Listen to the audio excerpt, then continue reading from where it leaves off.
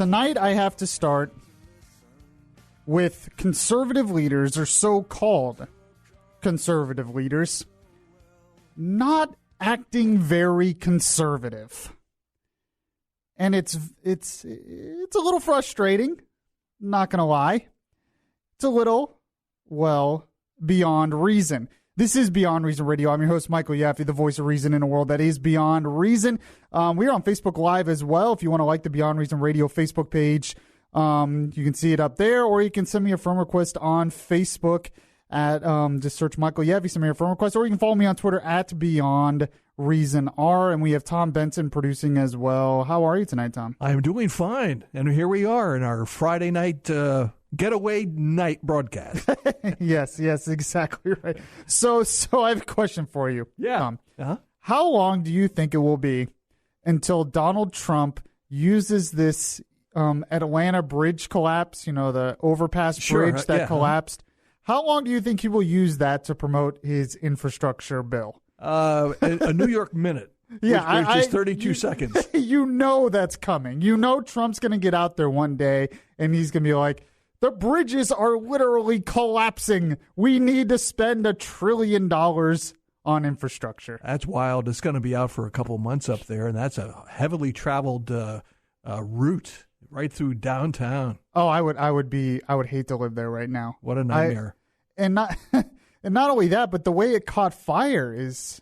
Yeah, there's a suspect there because it was... they said it was like piping or something? Yeah. I didn't... When I'm driving on a bridge like that, I usually don't suspect that it could just randomly catch on fire and then collapse from a fire. There's got to be some kind of accelerant. And to go up that quickly and to cause those massive concrete barriers to just fall? Oh, man, there's something going on there.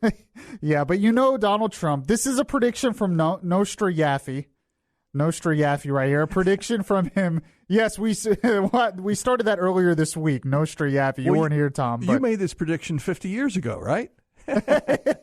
Yes, and what did he call his little prediction books? It was some weird name. I need to look that up. Okay, I don't know. Yeah, he had a weird name for all his predictions. But yeah, this is Beyond Reason Radio, by the way. I think I already said that. I want to get into this whole Freedom Caucus thing again. I know I've been talking about that a lot, and it's a big issue for me, but I just don't like when conservative leaders, Trump says he's a conservative, are not acting conservative. Not only that, but in the next segment, I'm going to get into Rick Scott and something he's doing now, Governor Rick Scott, governor of Florida, and something he's doing now that's not very conservative. It's very frustrating to me, but I found some old tweets from Donald Trump, which are amazing, because Donald Trump, as you know, we've talked about all week, is going after the Freedom Caucus. We're going to blame them now. We're going to blame the Tea Party conservatives now for stopping the Obamacare, so-called Obamacare replacement. Didn't really replace it that much. But look what Donald Trump tweeted in 2013. Said, if Karl Rove and the GOP establishment continue to attack the Tea Party, who delivered in 2010, then there will be a third party in 2016. Praising the Tea Party there. And by the way, praising Karl Rove, who I'm going to get to some comments from Karl Rove, who is now agreeing with Trump. And now Trump is agreeing with Karl Rove. And my comment is, if you're agreeing with Karl Rove, Trump, that should tell you everything at this point of where you are now. But, look at this. These tweets go on in 2013, by the way. He also said, I don't like bullies. I'm not going to stand around and watch Karl Rove target the Tea Party. Karl Rove gave us Barack Obama, loser. So now in 2013, he called Karl Rove a bully for going after the Tea Party. And yet Donald Trump is literally doing the same thing right now. He doesn't want to. He's on the schoolyard. He doesn't want to lose the fight. He's going to, come back and do his thing. And by the way, this is advice to the Freedom Caucus. If you think Trump's going to back down on this, when has he ever backed down on anything like this? Correct. Because he won't admit he's wrong. He will continue to go down this road. And the reason I'm saying that is because they have a fight on their hands. The Freedom Caucus And the real Tea Party conservatives, there's a fight on this issue. You have a real fight on your hands when it comes to this issue because Trump's not going to back down at this point. It's already started, and he's going to continue because that's what Trump does. Donald Trump also said in 2013, there's more of these tweets, by the way. He said, Karl Rove is far more to blame for Obama's victory than the Tea Party. He hated Karl Rove back then. But then he goes on in the same week about the Tea Party. He says, the Tea Party is filled with great Americans. Despite being mistreated by everyone, including GOP, they will continue to fight on. He said the ruling GOP consultant class of losers like Karl Rove have no respect for the Tea Party. They do this at their own peril. President Trump, I would encourage you to go back and read your own tweets. Well, he may have something to his prediction of another political party. I think you got 3 now. You got the Democrats, you got the Republicans, and you got Trump's backers. Yeah, that's very true. But in his, he talked. This is another prediction too because they do this at their own peril. Trump might be doing what he's doing at his own peril. By the way, there's a lot more tweets like this. Continued success is built on building a brand people know will deliver. Unless you're Karl Rove, then you just blame the Tea Party. Isn't that what Trump's doing right now? Oh, man. He said moderate Republicans, this is all in 2013, moderate Republicans plotting against GOP strategy have short-term memories. Tea Party gave them majority in House and primaries aren't fun. And now Trump is threatening to primary against the Tea Party Free Caucus conservatives. Here we go. He said this in 2013. Republicans better start listening to and respecting the Tea Party. And then, of course, this week he said this. Totally different. He said the Freedom Caucus will hurt the entire Republican agenda, and if they don't get on the team and fast, we must fight them and Dems in 2018. That doesn't sound like the same Trump in 2013 when he was all on board with what the Tea Party was doing. Going after the moderate Republican establishment. Now, all of a sudden, the establishment loves Trump, and all of a sudden, Trump loves the establishment. You got to do what a guy's got to do, you know? Okay. Oh, yes, I know. That's what the Trump people keep telling me. I'm getting some hate, by the way, on social media, which I would expect. It goes back and forth. I get the Trump supporters who hate me one day, and then I get the never Trumpers who hate me the next day. Sure. So everyone hates me, so I must be doing something right. There you go. But I get the Trump supporters out there who are saying, well, Trump's just being pragmatic. We had to support this bill because it was pragmatic, because it's better than nothing. I keep hearing that. It was either this or nothing. First, I don't buy that premise. Why? Why did it have to be this or nothing? Why can't we have a better bill?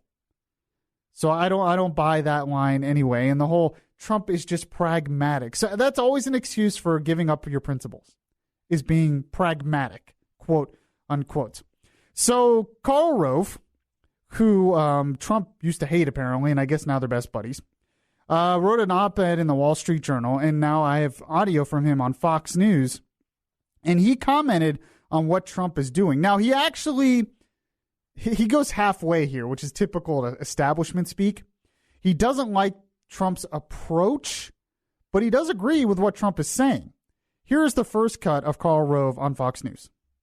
Well, I wish he wouldn't have done it. The president needs to rise above this. Yes, the Freedom Caucus did him a grave disservice by killing this process of this bill, moving this bill forward. But I wish the president would not engage. That's punching down. Let others punch down for him. He ought to be focused on other things. So he says, well, Trump shouldn't engage, but he's right. But then, this is very interesting to me. Then Karl Rove really goes after the Freedom Caucus here. And it's this whole thing that, well, now we're stuck with Obamacare because of the Freedom Caucus, which I don't buy that. I just don't buy that premise. We could have had it. We could go back and put forward a better bill. We could put forward many bills and take it apart piece by piece and put it back, put a replacement piece by piece. Why does this have to be the end? And why does that mean all of a sudden you have to go to the Democrats? I don't understand. I don't understand that. But this is what Karl Rove said about specifically Jim Jordan, but also the Freedom Caucus and their take on, the Republican American Health Care Act. Here it is. With all due respect to Jim Jordan, that was jaw-dropping. Once again, you heard him compare it to Obamacare. Says it doesn't repeal Obamacare. Wait a minute. It kills $1 trillion in Obamacare taxes. It kills $700 billion in subsidies for the exchanges and kills the exchanges. It stops the Medicaid expansion. Dead. Gone. Kills the individual mandate. Kills the employer mandate. And yet his implication is, oh, it's just Obamacare. Okay. For one, it doesn't get rid of all. There's so many things wrong he said there. For one, it doesn't get rid of all the taxes. Two, he says, well, it gets rid of the individual and employer mandate. Well, kinda. It has a backhanded individual mandate that forces insurance companies to charge 30% more if people let their insurance lapse. So if you let your insurance lapse, it forces the insurance company to charge you 30% more. Now, why, if you want to come back? Now, why is it doing that? As an individual mandate. It's a backhanded way to do it, but it's an individual mandate. Then he talks about, well, it gets rid of the Obamacare subsidies. Well, sort of, but then it just does subsidies in the form of refundable tax credits. I mean, I'm not stupid. I know it's the same thing. You're getting money straight from the government, just in a different way, but it's basically a subsidy. And then he talks about, well, it gets rid of all the Medicaid expansions. Well, it does get rid of some of it, but it also has a lot of different Medicaid expansions to it. It has a lot of different other stuff. But the biggest problem with this bill is it keeps all the mandates and regulations on what the insurance companies have to provide. And that was the biggest problem, one of the biggest problems that the Freedom Caucus had. And that is why this bill did not address cutting cost of health care and cutting the cost of insurance. The way the bill was set up, even though the CBO said, well, premiums will go down after a couple of years, it wasn't by a lot, but the way the bill was set up, it still kind of took us in the same direction because it had all of these subsidies. It kept all of the mandates. It kept, requiring pre-existing conditions, and it did not have insurance companies being able to compete across state lines, which was a big thing. There was a lot of problems with this bill. But what happened, because I keep hearing this argument that, well, the Freedom Caucus was being stubborn, and they're the ones who were really getting in the way of repealing Obamacare. But from everything I've seen, it was not really the Freedom Caucus that was being stubborn. It was Trump, Ryan, and the establishment that were being stubborn because they were saying, this is the bill, like it, take it, or leave it. They were saying that. And it was introduced really quickly without any previous looking at it. And it was basically put on everyone's desk and say, well, we might change some things later, but basically take it or leave it. And then Trump went out and said, and Pence went out and said, this is the bill. This is the bill. We might be able to change some things later, but this is the bill. You have to take it or leave it. And the Freedom Caucus says it doesn't have a lot of the things that the American people wanted when they voted for all these Tea Party Republicans to repeal Obamacare. They wanted full repeal. So I don't buy into this whole argument that it's the Freedom Caucus that's being stubborn. And I've seen editorials out there saying that. I've seen lots of stuff saying that. So they're saying, well, we're stuck with Obamacare because that stubborn Freedom Caucus. Why? Even Paul Ryan is saying he would much rather start working with the conservatives to get something better passed since this one didn't work. But Trump is saying, forget him. We're going to go to the Democrats. This is a so-called conservative president not acting conservative and attacking the Tea Party, the very same Tea Party that he said he supported a number of years ago. And I saw a great comment out there. I can't remember who it was from. I think it was a tweet, but it said Donald Trump is draining the wrong swamp. Going after the Tea Party is not draining the swamp. That's the wrong swamp. The swamp's the establishment. And yet he's keeping the establishment and trying to get rid of the Tea Party. 407-916-5400. Text to 23680 if you're listening to the live show. I'm sure I have plenty of haters out there. I want to get into also another so-called conservative leader, Florida Governor Rick Scott, who is also not acting very conservative. I have an ad that's been going around everywhere of him promoting Visit Florida, which is not conservative. 479-16-5400, text to 23680. This is Beyond Reason Radio. I'm your host, Michael Yaffee. We'll be right back. You want to listen to Beyond Reason Radio live on your smartphone? Download the Beyond Reason Radio app now. Available in the Google Play or Apple App Stores. The voice of reason in a world that is beyond reason is back now.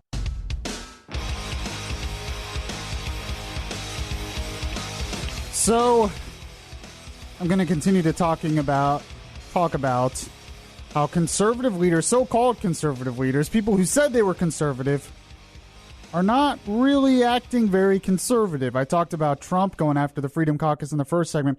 By the way, I have a lot more to get to in the rest of the show. There's no way I have time to get through it all, but there is so much new stuff in terms of the Russian spying and also the Obama spying on the Trump administration. And amazing revelations coming out of that, or just Beyond Reason. This is Beyond Reason Radio. I'm your host, Michael Yaffee. Make sure if you want to comment on anything, you can call 407-916-5400, or you can text to 23680. So Rick Scott has been in a little bit of a battle with the Florida Legislature because the Florida Legislature really wants to cut a lot of funding for Visit Florida and Enterprise Florida because there's a lot of wasteful spending there, but also because it's not the role of government to be a marketing agency for private businesses in Florida. It's just not. So, but Rick Scott has been going out and fighting against it. And there's a new TV ad that's playing out there. It's been playing everywhere. And it's actually him on a radio show. If you actually see the ad, I mean, he should come on this show and then we'll have a real conversation. But it's him on a radio show. But let's play the ad because this ad really frustrates me, especially from a conservative standpoint. This is what he says. Tallahassee politicians want to stop marketing Florida and competing for jobs. The politicians in Tallahassee don't get it. They don't understand how jobs are created. If the politicians in Tallahassee say they don't want to market our state and we lose tourists, then we're going to lose jobs. If we lost 2% of the jobs in tourism, that's 28,000 jobs. The politicians are wrong. There is not a job that's expendable. Every job's important. Florida will compete. Sponsored by Let's Get to Work. Okay. So he's playing the whole game, and this is actually the game the left plays a lot.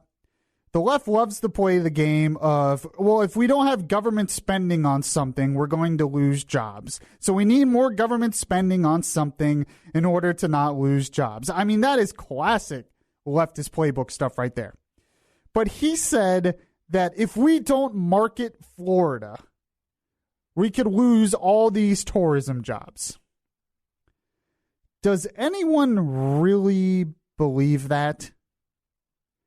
Does anyone really think that Disney and Universal and SeaWorld and, Busch Gardens and the beaches and all of the stuff surrounding them, does anyone really think that they need marketing money from the government?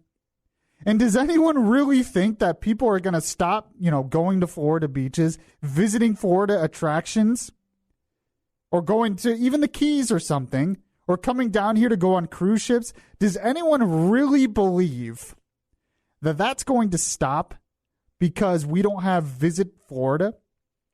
In fact, I doubt many people even visit the Visit Florida site. I'm on here right now. It's really not anything that fantastic. Or if we just stop doing this, we're going to lose all these tourism jobs because people in the country are going to be like, well, I don't know anything about Florida now. Where is Disney World located? If only there was a government website that could tell me of things to do in Florida. I mean, this is so absurd, and it's the usual. I'm really disappointed in Rick Scott because he ran as a conservative, yet he's passed bigger budgets than any governor in history. But I'm also just disappointed because it's the typical leftist playbook. Well, we have to have government spending, otherwise we're going to lose jobs. And people aren't going to visit Florida if we don't have a government marketing agency? Come on. I mean, for one, how long has Visit Florida really been around? I mean, I think Florida tourism did just fine before Visit Florida came around. But not only that, the marketing agency, the annual taxpayer tab for Visit Florida has shot up by 169% since 2009. It's according to the Sun Sentinel. From $29 million to $78 million since 2009. The agency and its boosters, including Scott, are quick to point out that the number of tourists visiting Florida during that period has also risen. So they're saying that the number of tourists rising in those years is because of Visit Florida. But that growth also occurred when the U.S. economy recovered from the Great Recession. So does anyone really think, $78 million to market SeaWorld and Disney World and Daytona Beach and Miami and the Keys and the Everglades? We really need to spend all this money on that? No. I guarantee you, if you ask most people who come visit Florida, I bet you most of them haven't even heard of the site. I've never seen any of their commercials. Have ever done anything to do with Visit Florida.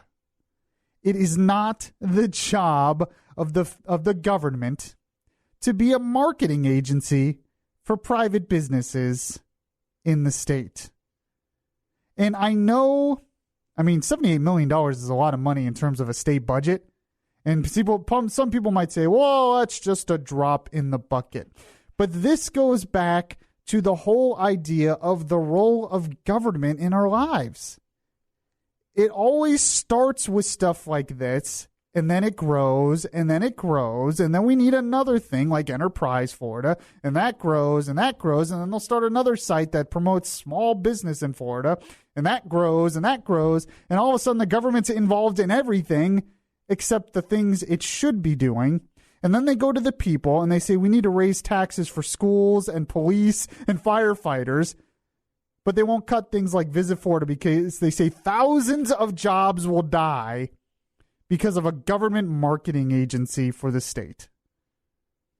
I don't buy it. 407-916-5400. Text to 23680. This is Beyond Reason Radio. I'm your host, Michael Yaffee. We'll be right back. Download the iHeartRadio app and catch the Beyond Reason Radio podcast. The conscience in your ear telling you the difference between right and wrong. Yaffee is back on the air.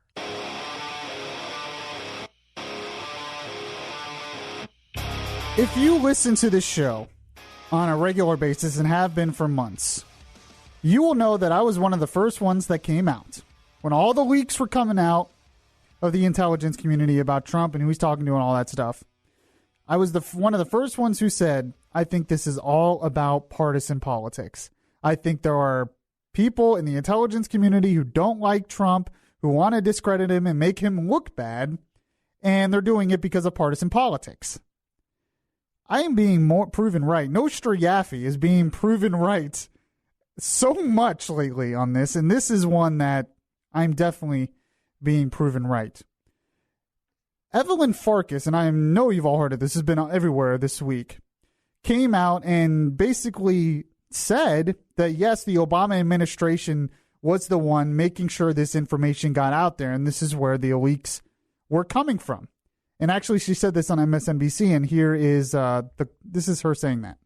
That the Trump folks, if they found out how we knew what we knew about the Trump staff's dealing with Russians, that they would try to compromise those sources and methods, meaning we would no longer have access to that intelligence. So I became very worried because not enough was coming out into the open, and I knew that there was more. We have very good intelligence on Russia. So then I had talked to some of my former colleagues, and I knew that they were trying to also help get information to the Hill. Okay, and then right after that, she goes, that's where the leaks are coming from. She actually says that's why there's leaks. And, I mean, that's a pretty big deal. She's basically admitting that the Obama administration made sure that this information was out there so it could be leaked, and they were leaking it to the Hill and everywhere else. And she admits it. Now, she's kind of walking it back and saying, well, I'm trying to show that Trump is in bed with Russia, even though there's never any proof of that. But then you have the whole situation with Representative Nunes.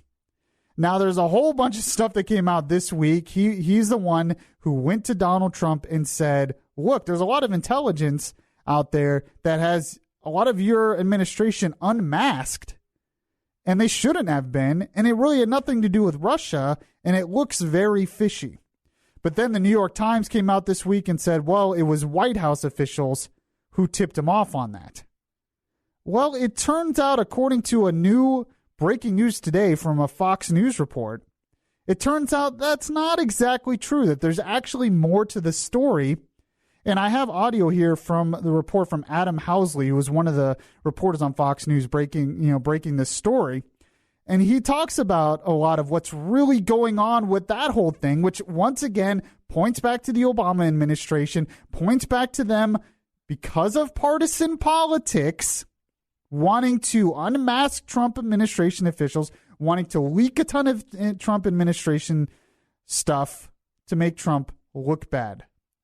I told you when all this started, when Trump put out the tweet of the wiretapping, I said, there's no doubt Trump exaggerated, but he did not come up with that out of nowhere. There were reports of this going on, and more evidence was going to be released eventually that there's some truth to this. So what's going to happen next is they're going to try to point to Russia, but they're also going to say, well, Obama wasn't involved himself, and that will be hard to prove. But let's go through the report that Adam Housley from Fox News talks about, because there's a lot of stuff in this that's pretty beyond reason and actually proves me right. Here it is. Yeah, Harris, we've been spoken to by a number of sources for the last couple of days, and it really came to a crescendo this morning because of a report yesterday that apparently outed two of Nunes' sources. Our sources, who have direct knowledge of what took place, were upset because those two individuals, they say, had nothing to do with the outing of this information. So let's go through what some of the headlines are. Stop right there real quick. He admits right there, according to intelligence sources in Fox News, those two White House individuals, and the New York Times were talking about everything yesterday, had nothing to do with outing this intelligence. Nothing. That's a big breaking thing already. Let's continue on here, Tom. First of all, we found and we've learned that the surveillance that led to the unmasking what started way before President Trump was even the GOP nominee. So basically, they started the surveillance to all this at some point earlier last year. The person who did the unmasking, I'm told, is very well known, very high up, very senior in the intelligence world, and is not in the FBI. Okay, stop right there. So that means that a lot of this surveillance goes beyond the FBI, that he's very high up, and this started before Trump was even the nominee? There is a lot of breaking, scandalous stuff that is in this report, and it continues on. So this led to other surveillance, which led to multiple names being unmasked. Again, these are people who are private citizens in the United States. This had nothing to do with Russia, I'm told, or foreign intelligence of any kind. We're also told the people who helped Devin Nunes navigate were the two individuals that the story was reported yesterday about, but they were not his sources. It was a navigation situation. And the reason why they had to navigate, I'm told, is that Nunes learned about this unmasking and who this was taking place back in January. And before Trump's tweet, before he met with the president, and it took, obviously, a number of weeks to try to figure out a way for him to see this intelligence because the agencies were stonewalling, we're told, to allow him and others to see it. Now, this is all coming from folks that are in these agencies and frustrated with the politics that's taking place in these agencies. Stop right there. What did he just say there? He just said that there were people, this is intelligence, coming from the intelligence agencies who are frustrated with the politics that is going on in these agencies that is creating all this controversy. The frustration of the politics. Am I not the one who said that this is all about partisan politics? That is why there are leaks. Now you have people in the intelligence community themselves saying we're frustrated about all the partisan politics and the unmasking of American citizens when they shouldn't be done for partisan politics. A lot of this stuff was said to be conspiracy theory by the right, but our side's being proven right more and more. Continue on here, Tom Benson. Told that the main issue here is not only the unmasking of the names, but the spreading of names for political purposes that have nothing to do with national security and everything to do with hurting and embarrassing the Trump and his team. Also, Nunes, we said, knew about this existence again way before, back in January, before the Trump's tweet. Fox also learned that an individual with direct knowledge that after Nunes had been approached by his source, the agencies basically would not allow him in at all. Now, remind you, we're told only 2 places he could have seen this information. The first place is where the source works. Clearly, that would have been an outing.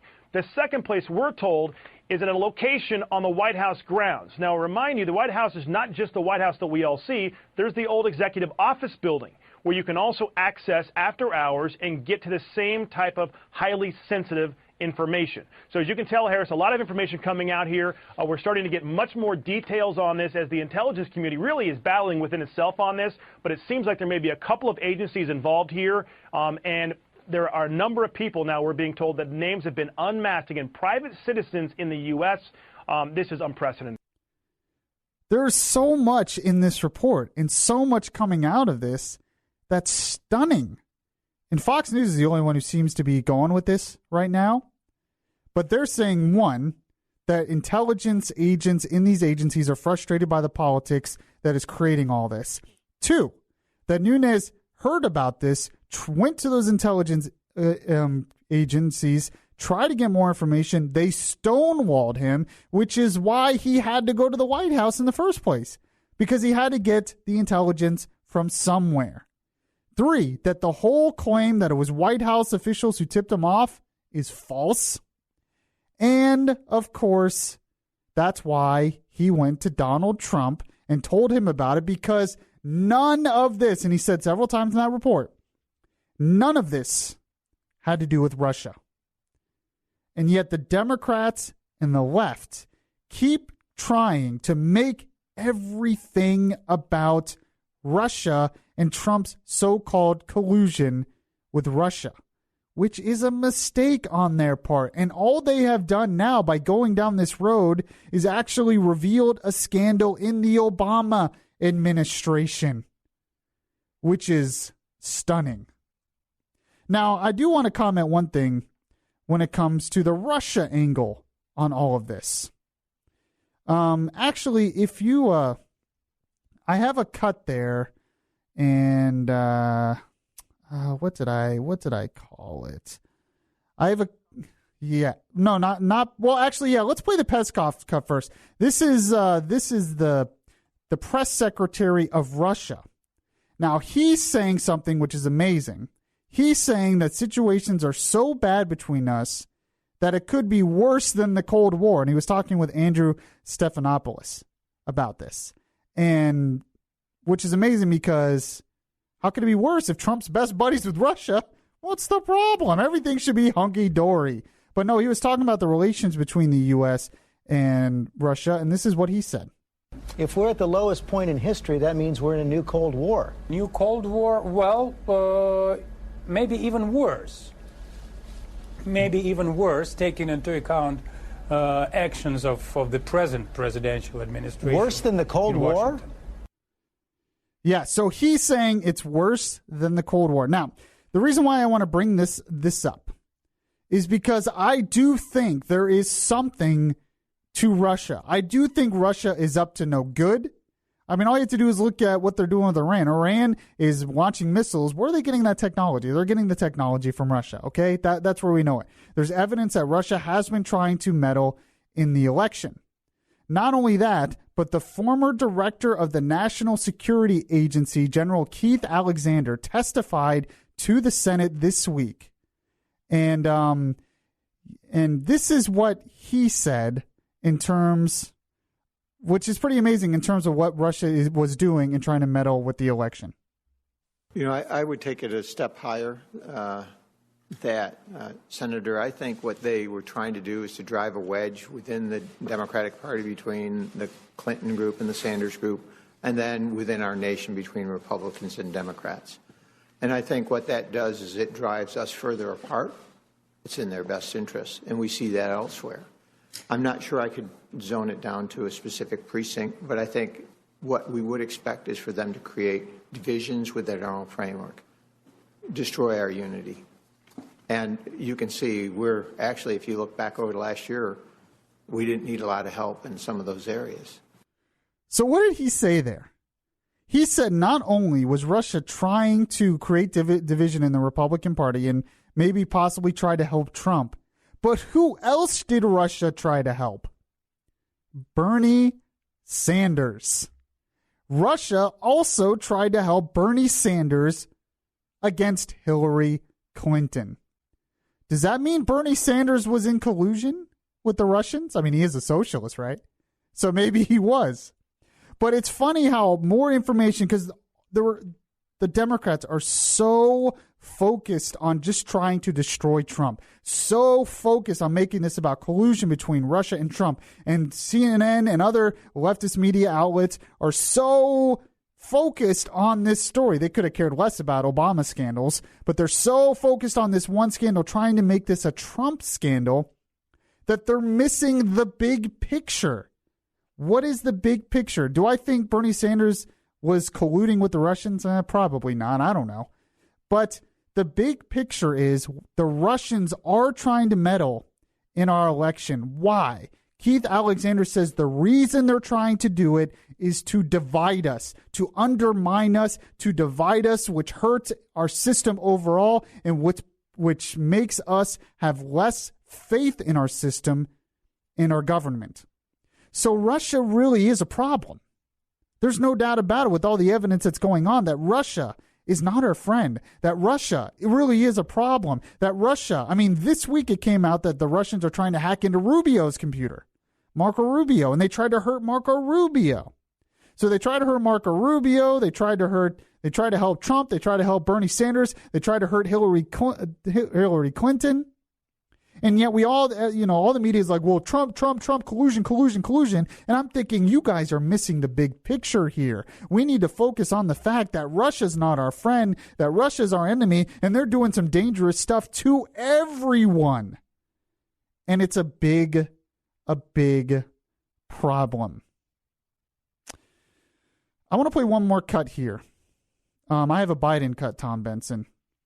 And by the way, this proves to me I think Biden's going to run in 2020. I know he's getting really old, but it just sounds like he's going to. But he makes a great point, and it's actually, I know I never thought I would say those words. It's actually good advice to the Democrats, because there's two things that Democrats are still doing, which is a mistake. Actually, yeah, two things. One, they're trying to make it all about Trump corruption, anti-Trump. That's a mistake. The second thing they're trying to do is identity politics, race, sexism, race. You can't vote for Republicans because they're racist and sexist. It's two things they're still doing. And what Biden points out here, which is a stunning admission, talking pretty much about the Hillary campaign and why she lost. And he's actually right on this. This is what Biden said. This is the first campaign that I can recall where my party did not talk about what it always stood for, and that is how to maintain a burgeoning middle class. You didn't hear a single solitary sentence in the last campaign about that guy working on the assembly line making $60,000 a year and the wife making $32,000 as a hostess in a restaurant, and they making $90,000. They got 2 kids and they can't make it. And they're scared. What was he saying there? He was saying that the Hillary Clinton campaign, where they were not talking to the American people and they were not addressing the real issues of the American people. And that is a big reason why they lost. Have I not been saying that for weeks? the Democrats are still going down that road, trying to make it about Trump and identity politics. And it's not going to work because they're not reaching out to the people. And Biden's actually right. And I'm telling you this for a couple of reasons. One, we don't underestimate Joe Biden. I know he's kind of a goofball, but stuff like that, what he just said, is extremely appealing. And he's a likable guy. So if he runs, he could be a lot more dangerous than I think people are willing to admit. I'm coming to that conclusion.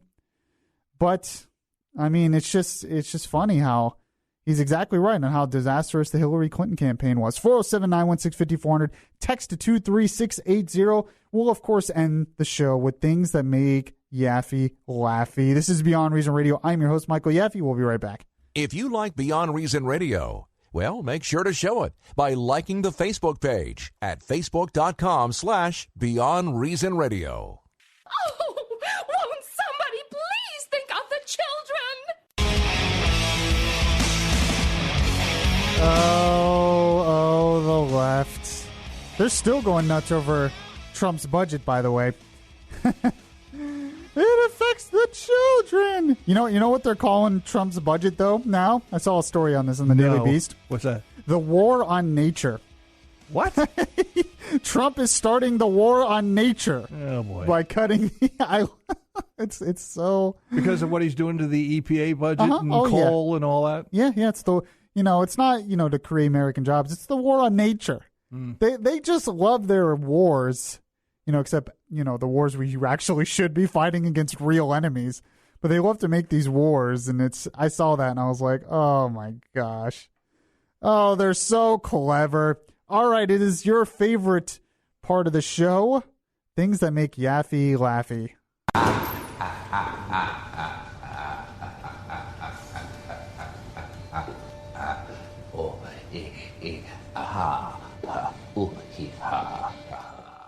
Yeah, it's probably the corniest part of our show, but that's why you love it. I'm just saying. All right, so this story is great. I don't know if you heard about this, Tom Benson. Apparently, James Comey had a secret Twitter account. And some journalist at Gizmodo named Ashley Feinberg, she actually managed to uncover it. Huh. Yeah, she uncovers what apparently is James Comey's secret Twitter account, which she quickly doxed. Do we know his handle? Let's see. It was something weird, like Reinhold Niebuhr or something. Oh, yeah. Okay. Yeah, something weird like that. And I don't know how in the world, I have no idea how in the world she was able to. Oh, it's at Project Exiled, the number 7 was that Twitter handle. Okay. I don't know how in the world she found that. I mean, that's pretty incredible that she was able to do that. Loose lips at some D.C. bar probably after hours. Yeah, you're probably right. But so the FBI apparently tweets back a meme in response with Will Ferrell, with a weird look. And it says, actually, I'm not even mad. That's amazing. So the FBI is like, do you think the FBI would be mad that she uncovers this secret account? And they respond, actually, I'm not even mad. That's amazing. So I thought that was pretty funny. That it was actually amazing, and the way they responded was great. In a piece published on Gizmodo, the reporter explains that she was first tipped off that Comey had a secret account when the director himself let it slip at the Intelligence and National Security Alliance leadership dinner. Man, did you call that, Tom Benson? That's good stuff. Feinberg told this as a challenge to uncover the accounts. After a number of Twitter and Instagram searches, Feinberg was able to find Brian Comey, the FBI director's son, on Instagram, and then was able to go down the rabbit hole through that. So I thought that was good stuff. We covered a lot in today's show. So if you missed the show, make sure you catch the podcast of the show anywhere podcasts are available, or you can just go to beyondreasonradio.com. Send me a friend request on Facebook or follow me on Twitter at Beyond Reason R. It is time for me to go home and sleep in because tomorrow is Saturday, if you're listening to the live show. And, well, I'll catch you guys next time.